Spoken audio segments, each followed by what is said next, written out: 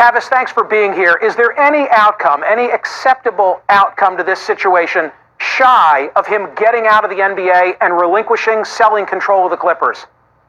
I always, Michael, want to leave some space for grace because we're all cracked vessels. None of us is human and divine. We're just human. And I believe, and I think most black folk believe, there's always room for redemption. Having said that, you know the old adage that it's not the crime, it's the cover-up. In this instance, it's not the slur, it's the spin. I don't know how Donald Sterling can hear this tape and still not come out and say it was him and offer an apology, a sincere apology. How does his wife hear this tape and not know whether it's Don Sterling? How does the Clipper organization listen to this tape and put out a press release suggesting that these were comments attributed to Donald Sterling? I don't get that. And so at some point, we've got to get to a place of having an admission, having a sincere apology, but I always want to leave space, again, for people to be redeemed from their sins. I believe that if Donald Sterling wants to be made a better person, again, I don't believe in ever throwing any human being away, but it has to start with an acknowledgement and an apology. And the fact that we are days into this and he has not even acknowledged this, much less apologized for it, is quite frankly unacceptable. Beyond an apology and shy of relinquishing control of the Clippers would be a fine, and even though a sum like $5 million would be unprecedented in the world of the NBA, for him, Tavis, it would be chump change. It would, in fact, be chump change, and I believe that the only thing that a racial arsonist and a slumlord like Donald Sterling actually responds to is being hit in his pocket. And that's why, with all due respect to Doc Rivers and the Clippers, and I love these guys, I watch them, I'm rooting for them right now in the playoffs, I was a bit disappointed that the best they could do was to turn some jerseys inside out and put them at the half. Should they not have played? Half court.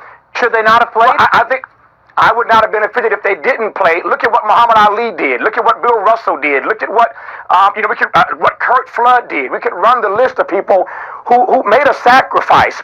And again, when you're talking about a guy like Donald Sterling, apparently the only thing he responds to is being hit in his pocket. And so were the NBA tomorrow to announce that they're forcing him into selling, I suspect there might be some lawsuit on his part that he can't be forced to do that. I don't know all the leeway that the NBA has, but I can tell you that this is one person who would not be offended necessarily if they forced him to selling that team. This does not belong in our society, and especially in a league that has as many African-American players as the NBA does, and that's supported by so many African-American consumers. Tavis, stay right where you are, and thank you for being here. I want to bring into the conversation Alice Huffman, president of the California NAACP. And Alice, as you know, many people are scratching their heads wondering, how is it that he was recognized for achievements in the past by the NAACP and next month was set to be designated with yet another award?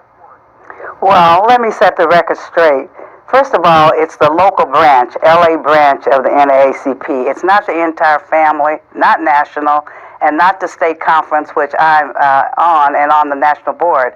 We have 50 local branches or more here and 30 youth units, and they have a lot of autonomy, and they have relationships that we don't even know who those relationships are, and they make decisions. All of our units that have these events give awards to various people that they have relationships with.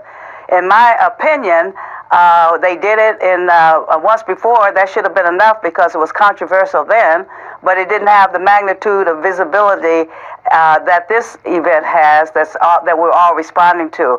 I simply think it's just poor judgment, that they should have known not to do it again, not the second time around.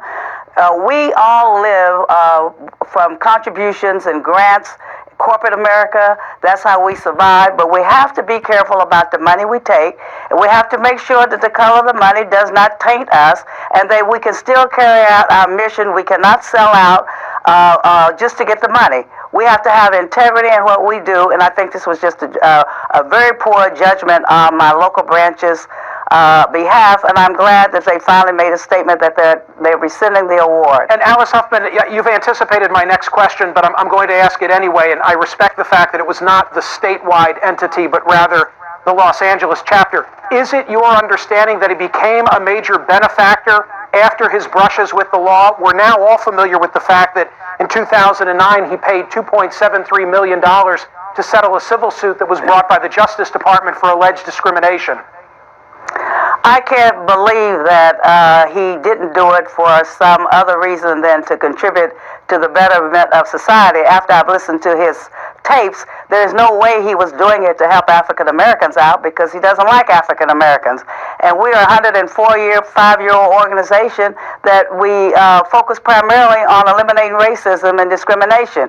So it had to have been for some other reason because he doesn't even want black people coming to the games. So I think I can't get inside of his head and know what's really going on. My branch president might know him better than I do. I don't know him at all. Don't care to know him now.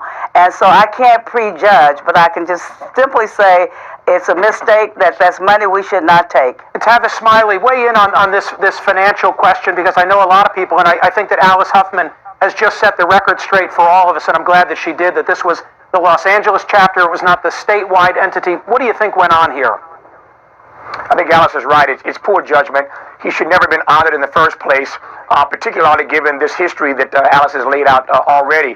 But she's right about the fact that these organizations survive on the contributions, not of just the members, and I'm proud to be a lifetime member of the NAACP, but they also survive on these contributions from corporate America. And I, quite frankly, don't have a problem with that. There's so much money that corporate America makes off of the consumer spending of African Americans that they ought to put money back in these organizations to help them do the kind of reparative work that needs to be done in our country around the most intractable issue that we know, the issue of racism. But Donald Sterling should never have been on the list to be honored in the first place. He shouldn't have taken all of this, Michael. Alice Huffman,